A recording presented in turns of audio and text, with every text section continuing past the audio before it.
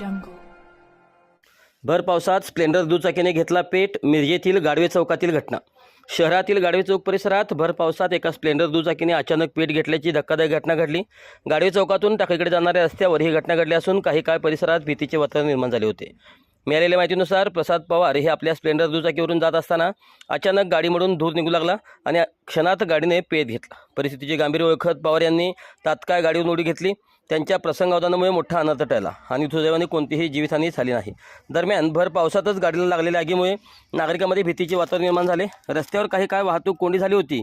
स्थानिक नागरिकांनी तातडीने अग्निशमन दलाला कळवले. घटनास्थळी दाखल झालेल्या अग्निशमन दलाच्या जवानांनी तात्काळ आग आटोक्यात आणली. या आगीत दुचाकीचे मोठ्या प्रमाणावर नुकसान झाले असून गाडी पूर्णतः जळून खाक झाली आहे.